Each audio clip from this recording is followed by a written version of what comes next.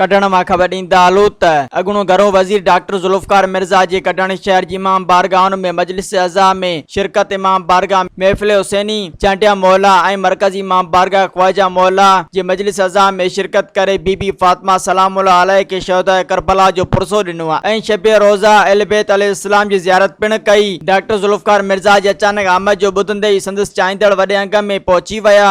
मजलिस अज़ा खां अॻु इमाम बारगाह महफ़िल हुसैनी जमायत जी सरपरस्ती आला सैयद गुलफ़ाम हुसैन शाह सां पिण इमाम बारगाह में मुलाक़ात कई। उन मौके ते मिर्ज़ा ग्रुप जो अॻवान रईस अली अहमद उर्फ डिनो खान चांडियो, अॻूणो टाउन चेयरमैन जान खान चांडियो, सैयद रज़ा मोहम्मद शाह ऐं ॿिया गॾु हुआ। मज़ीद ख़बरनि ऐं तफ़सीलात लाइ विज़िट कयो असांजी वेबसाइट www.awamiNewsHD.com ऐं ॾिसंदा रहो अवामी न्यूज़ HD।